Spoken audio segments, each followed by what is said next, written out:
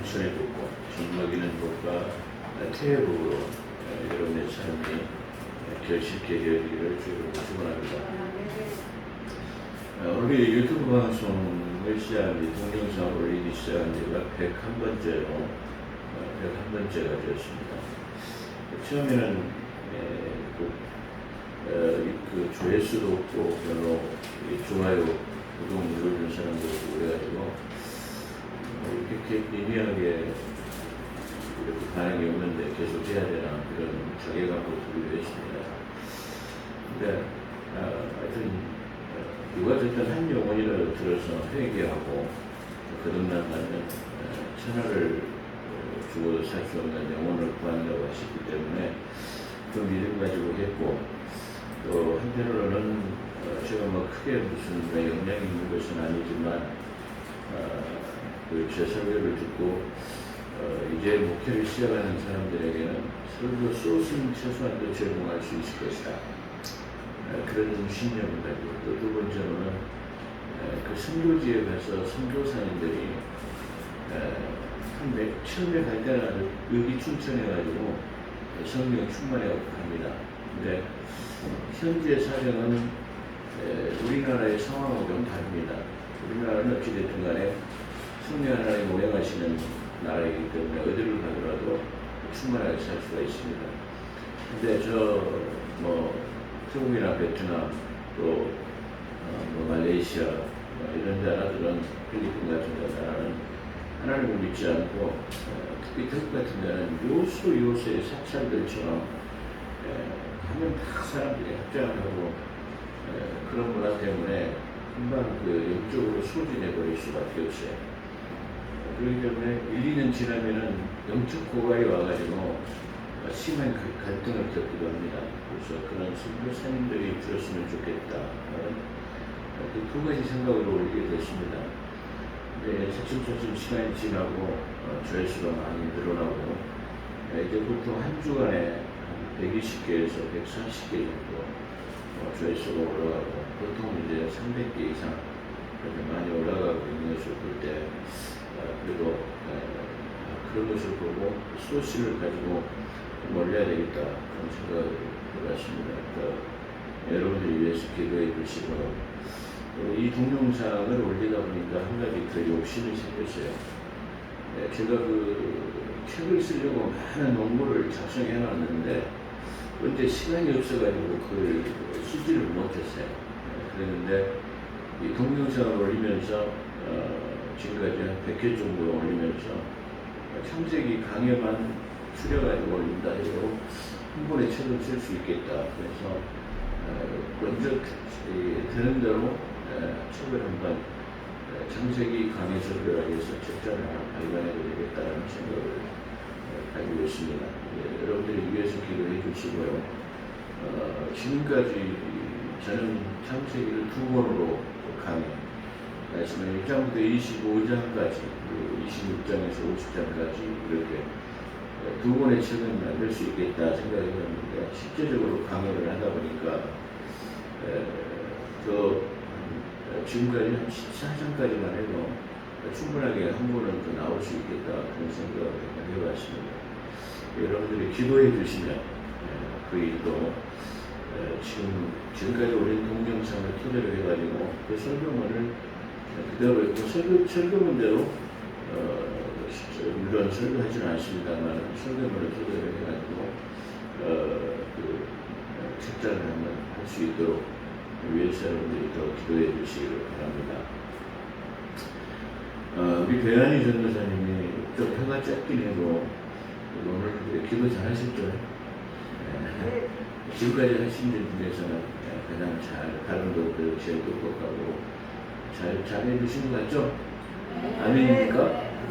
우리 박수를 한번 더 격려 한번 해주시고 앞으로 더 잘하실 것으로 믿습니다. 어찌됐든 간에 우리 배전도사님께서 교회 굳은 일은 다 도맡아셔가지고 알게 모르게 이렇게 다 하셔가지고 그런 꾸준하게 말없이 해주신 것 하나 너무 감사합니다. 말이 나오는데 다음 주에 이렇게 거기 그 청귤살 파티를 하고 있는데 다음 주가 12일 날이에요.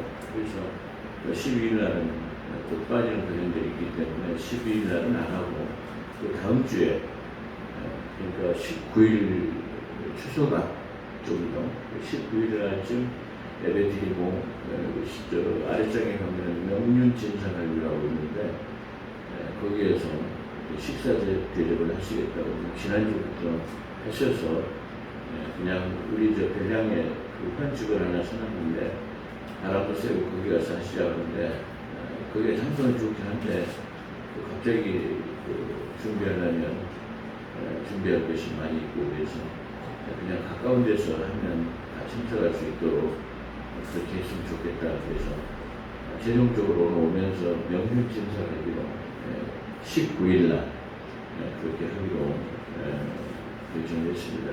그안희 전도사님이 대접하시겠다고 그러시네요. 그래서 기도해 주시기를 부탁의 말씀을 드립니다. 오늘 창세기 25강 소돔의 전쟁 그리고 포로가 된 것이라는 제목으로 가나안 땅의 남북 전쟁이라고 해도 되죠. 미국에서도 유명한 그 남북 전쟁이 있었죠.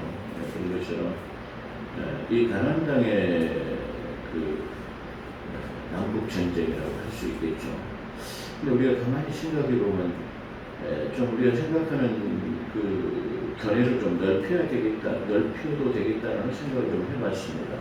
왜냐하면 우리가 가나안 땅 그러면 저 이스라엘만을 국한한 것으로 생각하는데 가나안이라고 하는 것은 저 이스라엘 땅만을 국한한 것이 아닌 팔레스타인 전체를 말하는 것이에요.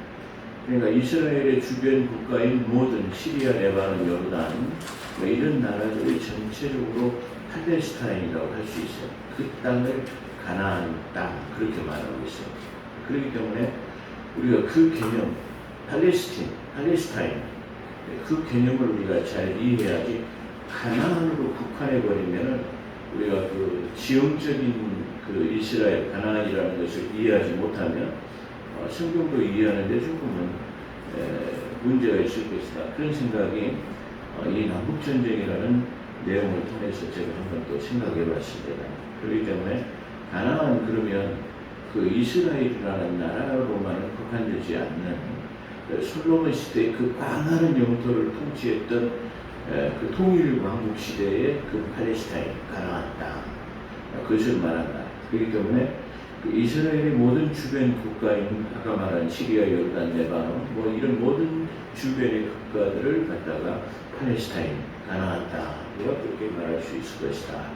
그것을 먼저 전제로 우리가 이 남북 전쟁도 창세기 14장도 이해해야 할 것이다. 그렇게 생각이 됩니다.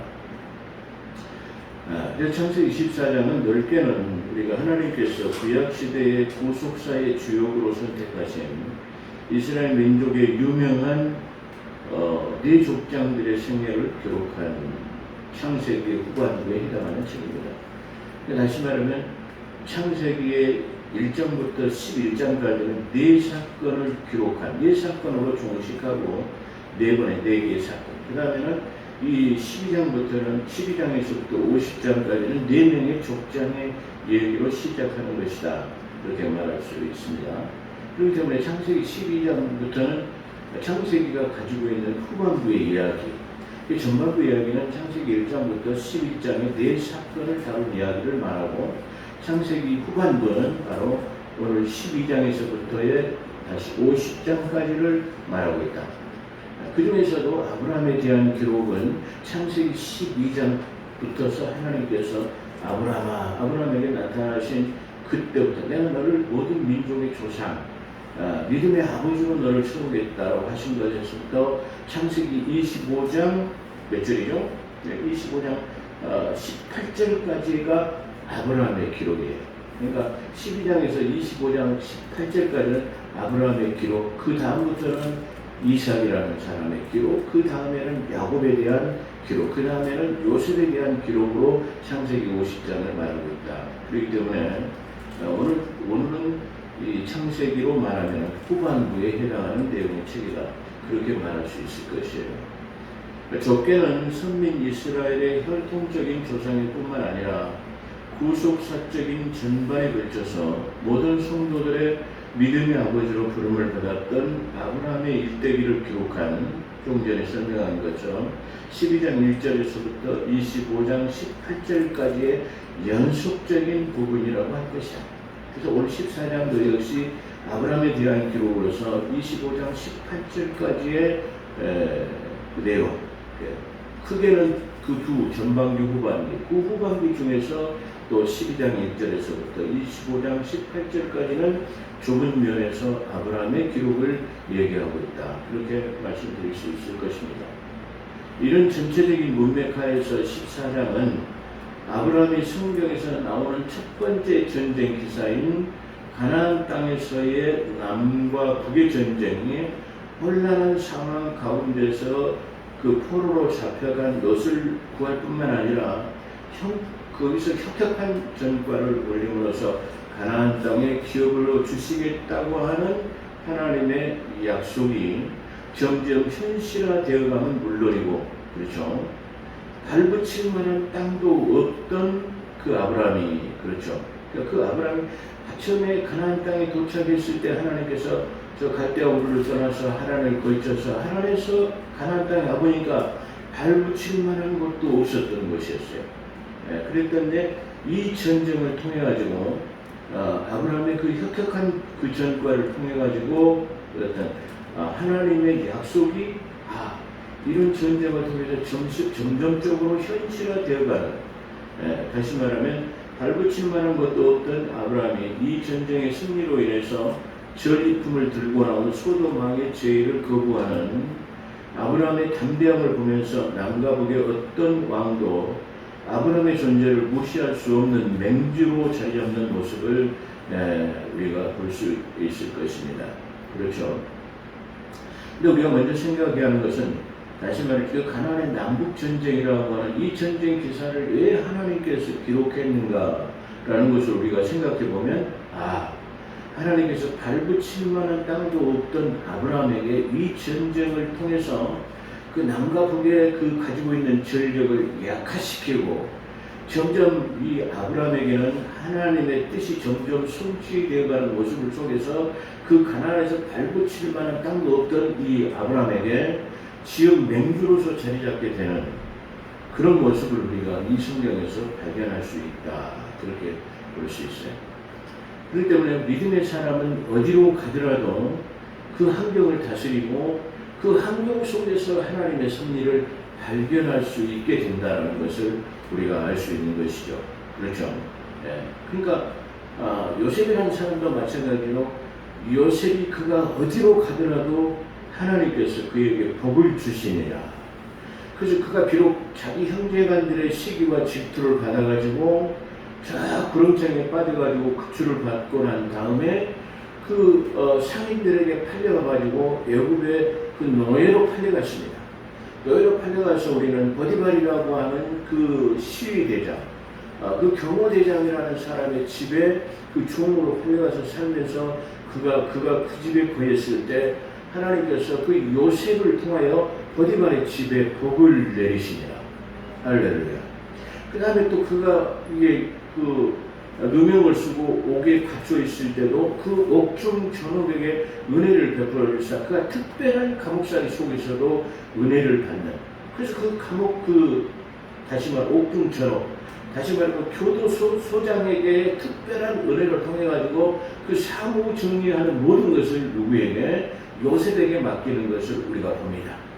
그렇게 해서 그 요셉이 그 애굽이라고 나라에 있으면서 그가 총리 대신이 되고, 총리가 되었을 때도 그 나라의 모든 주변 국가의 가나안 땅의 가나안 일경, 그 팔레스타인이라고 하는 전체적인 나라에서도 어디도 다시 식량을 구할 수 없는 상황 속에서도 그 예굽만큼은 풍년이 들게 해가지고 모든 주변 국가들이 그 요셉에게 식량을 구하러 오게 하는, 물론 예수 그리스도의 모형이 그 속에도 들어있습니다만은, 이렇게 믿음의 사람이 그가 어디로 가더라도 하나님께서 붙들어 주시는 것을 우리가 발견할 수 있게 하는 그런 대목이다. 그렇게 생각할 수가 있을 것입니다. 저도 그것을 비록 작지만은 많이 느끼고 살아갔기 때문에 특히 이 말씀에 대해서 잘 이해할 수 있는 그런 부분이다. 그렇게 생각해 볼 수 있습니다.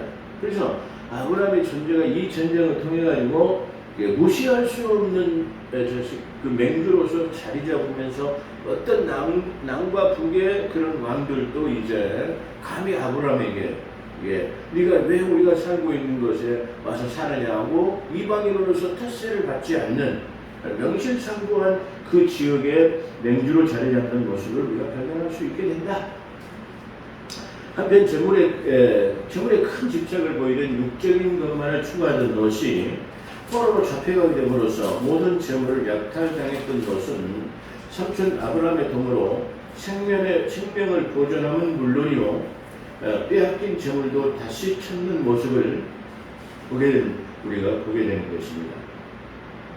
14장은 외형적으로는 급변하는 주변 국가의 정세 가운데, 그러니까 다시 말하면 지금 이 롯이 소돔 땅을 갖다가 먼 들을 바라본 즉 소돔 땅을 택한 것은 바로 믿음의 영적 눈이 가리워져서 다시 말해 육적인 것만 물질만 추구하다 보니까 그 주변에 그 정세가 지금 심각하게 돌아간다는 것쯤을 알았다고 한다면 소돔 땅을 선택하지 않았을 거예요. 그렇잖아요. 근데 지금 이 롯은 전쟁이 지금 그 국제 정세가 자기가 살고 있는 팔레스타인의 주변의 모든 국가들의 정세가 지금 좋지 않게 돌아가고 있다는 것을 보지 못했기 때문에 소돔 땅을 아마 선택했을 것이다. 그렇게 생각이 됩니다. 근데 영적 눈이 떠졌다고 한다면 물질에 집착하거나 물질만을 추구하지 않았다면 하나님을 추구했다고 한다면 그 소돔이라는 것을 택하지 않았을 수도 있을 것이다. 그렇게 생각하는 대목이다. 그렇게 말씀드릴 수 있을 거예요.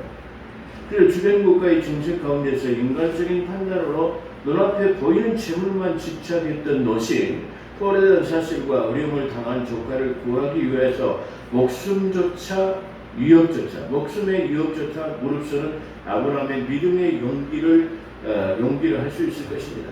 그렇기 때문에 우리가 여기서 하나님의 개입하심과 하나님의 섭리를 보지 못하면 마치 그 쉽게 말하면 그 아브라함의 그 용기에 관한 것, 위협을 무릅쓰고 그 용기에 관한 어떤 전기에 불과할 것입니다. 그런데 거기에는 조금 전에 설명한 것처럼 그 발붙일 만한 땅도 없던 아브라함에게 이 남과 북의 전쟁을 통해 가지고 그들의 힘, 전력을 다 약화시켜버림으로써 아브라함을 지역 맹주로 자리 잡게 하는 그런 하나님의 섭리가 그 속에 들어있다. 그걸 우리가 말할 수 있을 것입니다. 그래서 본문에 언급된 전쟁은 아브라함이 하나님을 떠나온 지 약 9년쯤, 그러니까 갈대우를 따라서 하나님의 몸을 넣고 하나님에서 가나안 땅에 처음에 도착했을 때 그가 하나님 앞에 번제 드렸을 때 그때를 기점으로 한다고 한다면 가나안 땅에 하나님에서 떠나온 지가 약 9년쯤이 지난 84세쯤 갈 만한 것으로 추정할 수 있을 것입니다. 그래서 가나안 북부 지역은 메소포타미아 지역을 말하고 저쪽 아브라함이 가나안으로 오기 위해서 정착했던 머물렀던 것이죠. 그래서 메소포타미아 지역의 네 개국을 말하는데 시날과 엘라살, 엘람, 고임 이 땅들을 말하고 있고요. 남부는 가나안 지역의 남부 지역은 소돔과 고모라 그리고 아드마, 스보임, 소알 이렇게 네 나라와 5나라의 남과 북이 갈라져서 그런 전쟁을 하는 전쟁의 관련 기사이다. 그렇게 말할 수 있을 것입니다. 전쟁의 원인은 가나안의 남부 지역인 여매 쪽에 살고 있는 사해 동맹국이 5개국, 조금 전에 말씀드린 소돔과 고모라, 아드마, 스보임 그리고 수알이 이 5나라가 저 북부 쪽의 엘람왕이라고 하는 그돌라오멜이라고 하는 그 엘람왕이 그 4개국의 맹주로 자리 잡고 있었어요. 그러니까 4나라 중에서도 가장 큰 힘을 발휘하고 있는 맹주가 바로 엘람왕 그돌라오멜인데 이 그돌라오멜을 이 5나라들이 그 왕에게 조공을 바쳤어요. 근데 조공을 갖다가 12년 동안이나 바쳤는데 아마 하나님의 섭리로 그랬는지 어쨌는지 갑자기 바치던 조경을 바치지 않으니까 이 그달라오멜이라고 하는 이 저쪽 그 북부 지방의 북쪽의 가나안 땅의 일경에 거하고 있던 엘라만 그돌라 오멜이 이런 괘씸한 놈들이 있나? 내가 힘이 강대해 있을 때는 나한테 엎드려 절하고 이렇게 굽실거리더니 이제 좀 우리가 힘이 약하게 되었다고 나에게 조공을 안 바치다니. 그래서 자기 조공들 야 가자 말이야. 쟤들이 우리에게 바치던 조공을 바치지 않으니까 우리 힘을 합쳐가지고 저 사해 여매 쪽에 자리 잡고 있는 사해 지역에 저 5 나라를 갖다가 초토화시키자. 그래가지고 이 갈바된 전쟁이라고 말하고 있습니다. 그래서 메소포타미아 지역의 맹주 엘라만 그돌라 오멜이 그돌라 오멜을 반역했기 때문인데 1절로 9절에 나와 있죠.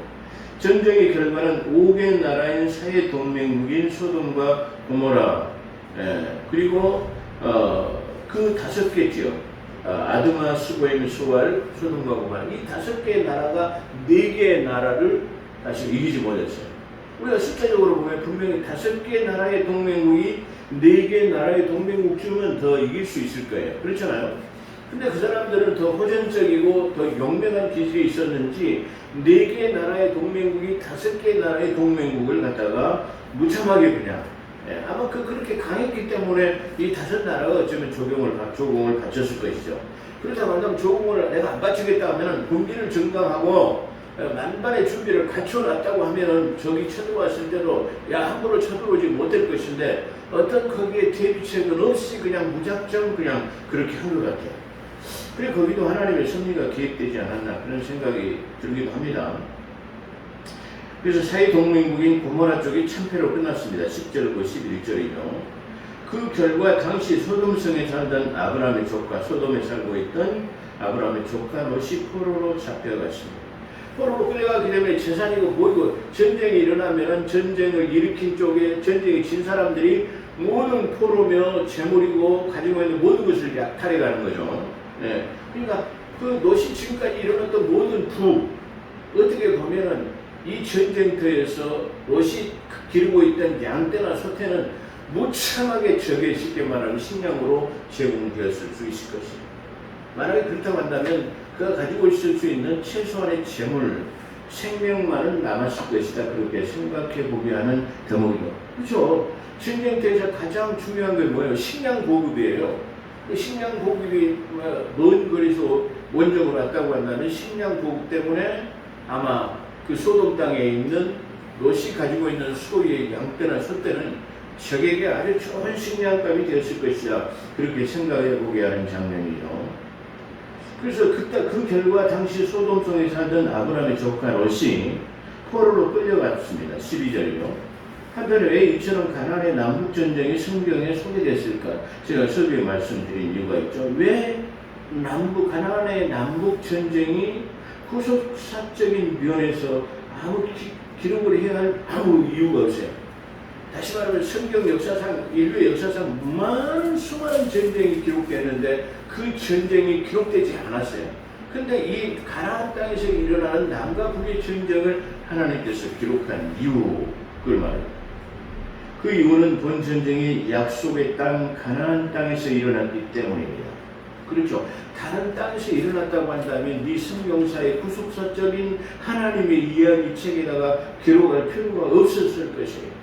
그럼에도 불구하고 여기다 기록해 놓은 것은 그 땅이 내가 이 땅을 하나님께서 누구에게? 아브라함에게 내가 이 땅을 너희 기업으로 주리라. 너희 후손들에게 영원토록 기업으로 주리라. 유업으로 주리라. 약속한 땅이에요. 근데 이 약속한 땅에서 일어난 전쟁이기 때문에 또 이게 하나님의 계획하심이 않을 수가 없었어요.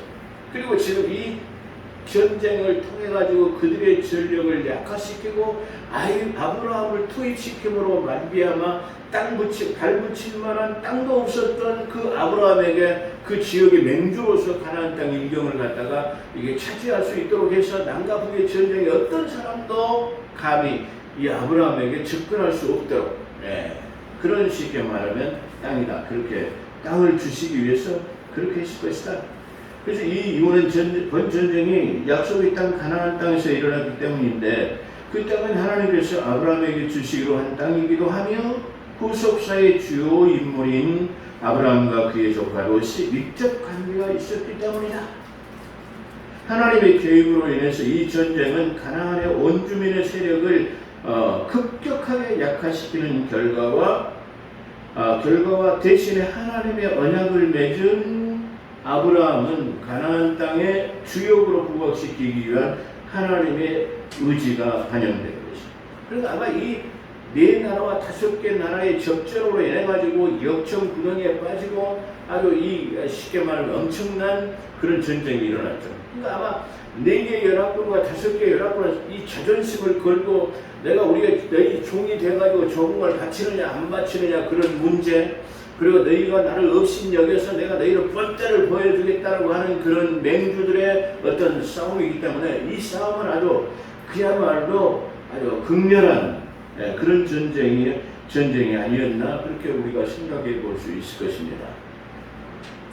이 아브라함이 가나안 남북전쟁 당시 롯을 포로로 잡아간 가나안 북부군을 추격해서, 그렇죠? 그러니까 그 4개 나라가 이 5개 나라를 초토화시키고 거기 있는 재물과 모든 것을 약탈해가지고 거기서 롯까지 잡아가지고 지금 저 북부로 돌아가고 있는 상황을 말하는 것이죠. 그래서 포로로 잡혀간 그 북부군을 아브라함이 그 북부군을 추격해가지고 격파하고 롯을 갖다가 구출해오고 돌아오는, 돌아올 때 누구냐면 소돔 왕이 나와가지고 자기들의 4 나라가 5개 나라가 저 4 나라를 이게 격파하지 못하고 오히려 패배를 당했는데 이 아브라함이 가서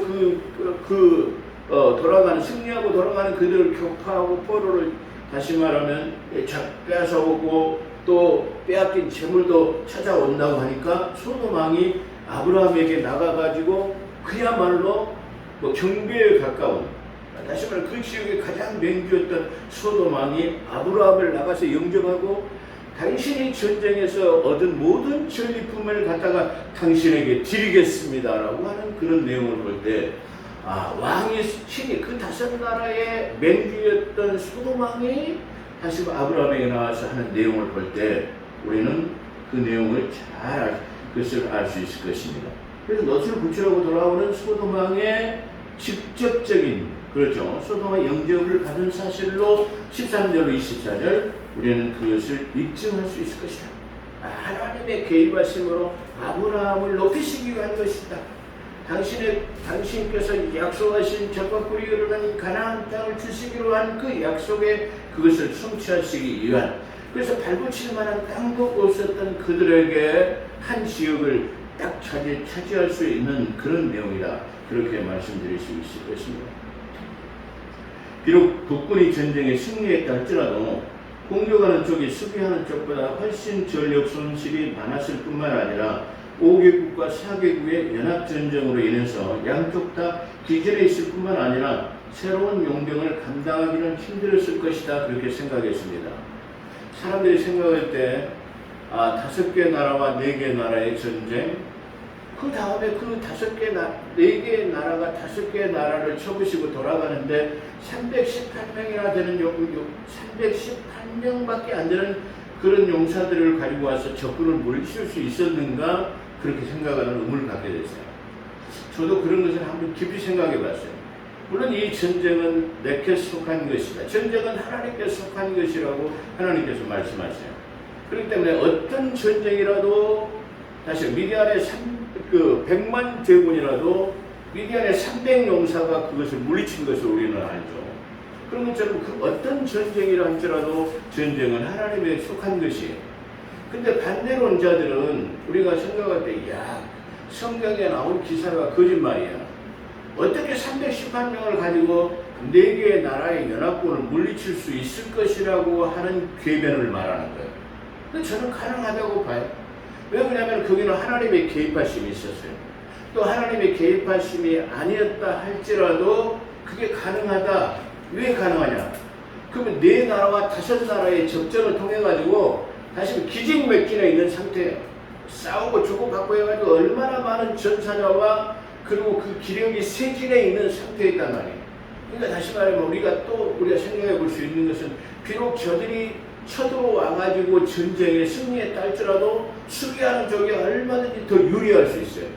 수비하는 쪽은 성에 갇혀있다가 올라오기만 하면 돌로 쳐부신다든가 활을 쏘붙인다든가 뭐 뜨거운 물을 붓는다든가 이렇게 하기 때문에 우리가 영화를 보더라도 얼마나 더 수비하는 쪽이 웬만하기만 하면 더 수비하는 쪽이 강하다는 것은 기본적으로 알고 있는 것이죠. 그렇잖아요.